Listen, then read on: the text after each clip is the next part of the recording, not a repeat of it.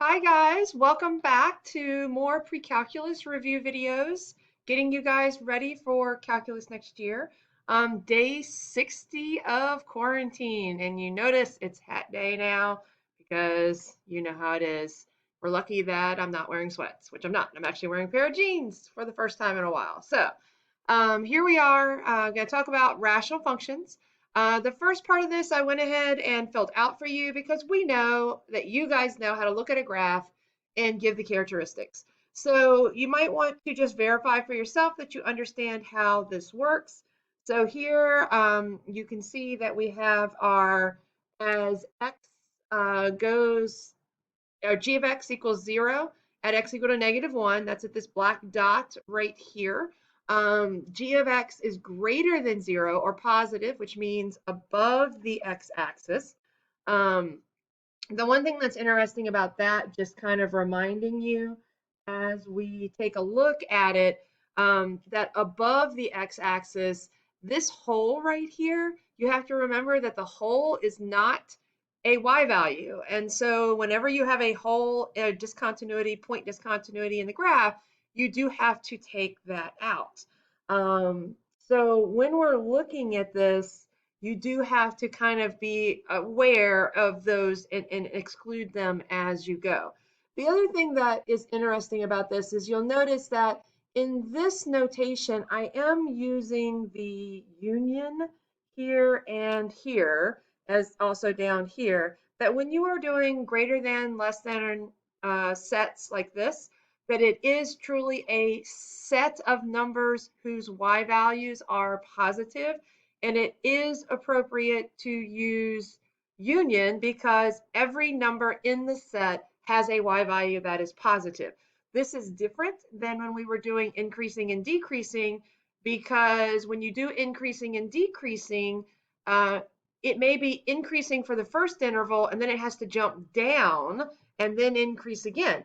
And so when you do that, you don't want to do union because it's not really truly increasing for all the numbers in the set. It only increases for the numbers in the first interval, and then it also increases for the numbers in the second interval. So they're not considered one set, so you would not use the set union to combine them together. So just reminding you of that.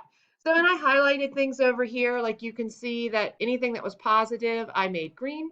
Anything that was negative, I made red. And remember that you're giving me the x values when we're looking at it. The difference between the less than, or equal to is really just the bracket. We had a 0 at -1. And so the only thing that we changed when we do greater than or equal to is simply to add the bracket in there. Remember, bracket include, parentheses not include. All right, so let's take a look. We're going to scroll down and we're going to take a look at the next part, which is really kind of our objective that we have here. And our objective is to solve polynomial inequalities algebraically, not graphically by looking at a graph, because we know that you can do that, but we want to be able to solve them algebraically. This is going to be very similar to what we did with the polynomial functions, and we're going to use the sign chart or sign analysis on that. So I'm going to go ahead and scroll down and we'll take a look at that for our next. So we're going to start doing this problem, assuming that we can't see the graph above and we don't know what the answers are. How would we approach this? Okay, I'm going to let you guys kind of start this out on your own, and I'll pop up a question in the online video for you guys to answer. So given a function, same one that we looked at above, I would like you to show the work for finding the values of g of -3 and g of -1. Then what you're going to do is, using the graph above, explain why your efforts to find the values of g of -3 and g of 1 had the outcome that they did. So a little bit of things for you to do. The second thing that I would like you to do algebraically down here at the bottom is I would like you to completely factor both the numerator and the denominator of this and identify values where g of x equals 0 and g of x is undefined. So all of this is review for you. I'll pop up some questions and we'll come back in and we'll discuss what those answers are.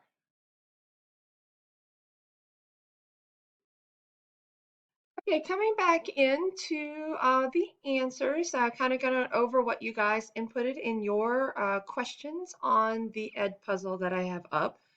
So g of -3, when we plug that in, we did get a 0 in the denominator. And that truly is the kind of main thing that we're looking at here. But there's a couple of things that I do want to highlight for you, kind of as a, we'll call it a preview of coming attractions. When we did these plug and chugs that you had, and yes, they are both undefined because division by 0 is undefined. But in calculus, one of the things that we do is we spend a lot of time examining the behavior of functions and learning from the equation what is happening. And I do want you to notice something here is that when I plugged -3 in, I got what is called this 0 over 0 is called the indeterminate form. And it's called indeterminate because if you think about the rules that you have for, let me just move over a little bit here, the rules for fractions, just in general, that if I would have asked you what happens when I have 0 divided by a, I'm going to call it n for non-zero number, that in that case, if 0 was divided by a non-zero number, you would get 0. And then you have what happens when you have a number that's not 0 divided by itself, and you would get 1. So there are two kind of competing math rules that we are talking about here. And in those two competing math rules, how do you know which one applies? Notice I said that these math rules are when the number n is non-zero. N does not equal 0 in those situations. And so these rules, two competing rules are happening here. So that's why this form is called an indeterminate form.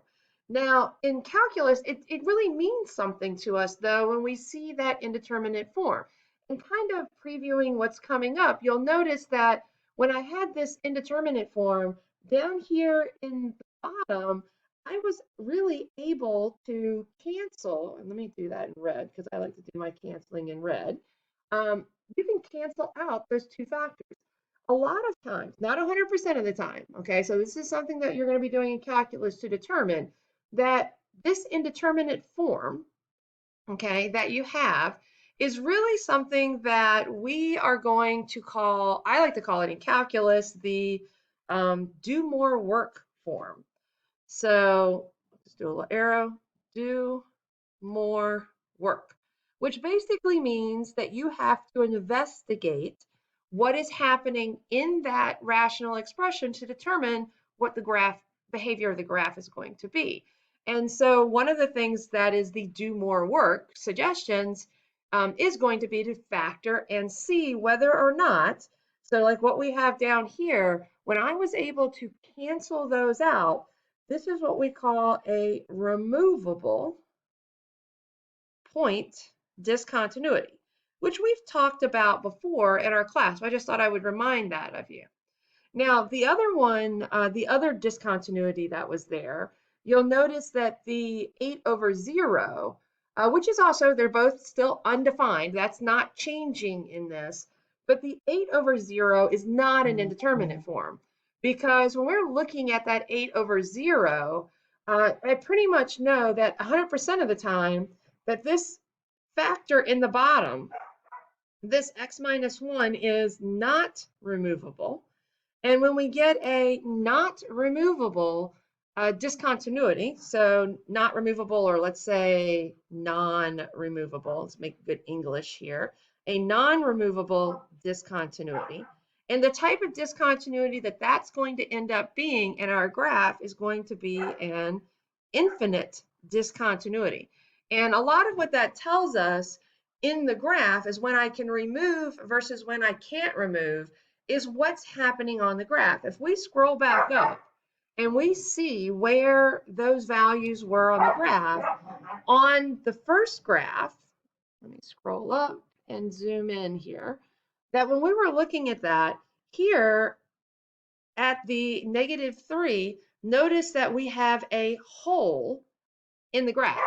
That hole is known as a removable point discontinuity. So if I were to ask you what type of discontinuity a hole is a removable point discontinuity, which means that we were able to remove the factor out. And if I cannot remove the factor out, then we get what is called an infinite discontinuity down here. And that is in the graph a vertical asymptote. And that's known as a non-removable infinite discontinuity. Now we're going to make connections a little bit later about why they're called a point discontinuity versus an infinite discontinuity. But you can kind of see in general sense, not just in calculus sense, but in general sense, the two pieces of the graph over here meet in a point. The y values approach a single point. Even though the point is not included, the y values approach a single point on either side. For the one that is the infinite discontinuity, when we take a look at what the y values are doing, we notice that the y values around the infinite discontinuity meet or don't meet, okay? Don't meet, and they approach either plus or minus infinity. And so that should kind of make sense to you, kind of this idea of why we're naming these types of discontinuities, meets in a point versus meets, doesn't meet, and then goes to infinity or negative infinity, which is why we have that infinite asymptote kind of idea looking at it. All right, so that was just kind of, one main thing that I wanted to talk about this. Now let's kind of go back down to the bottom here. All right, so scrolling back down here to the bottom, let's see. All right, and taking a look at this, the other thing that I thought I would mention while I'm here, because it is something, just kind of a lot of review things that we're kind of throwing at you, is you'll notice that when we were doing this, when does g of x equal 0? Notice that I did not include the -3.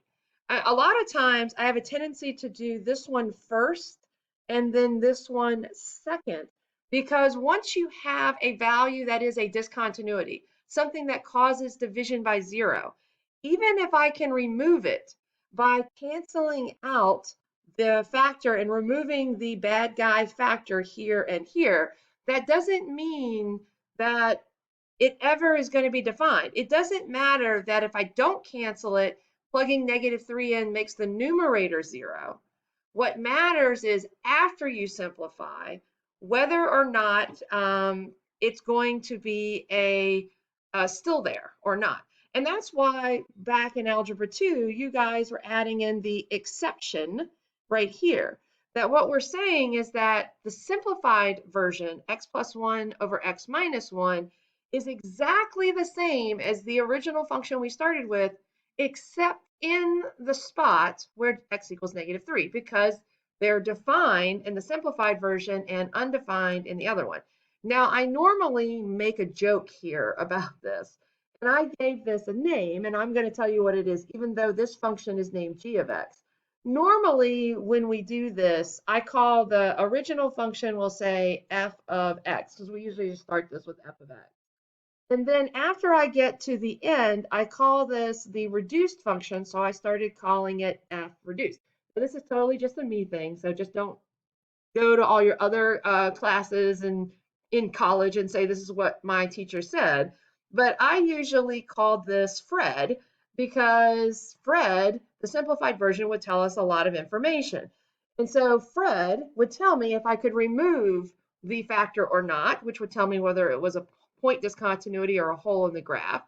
Or Fred would tell me whether I could not remove it. Fred would tell me what the zeros are. Fred would tell me where the vertical asymptotes are. So Fred had a lot of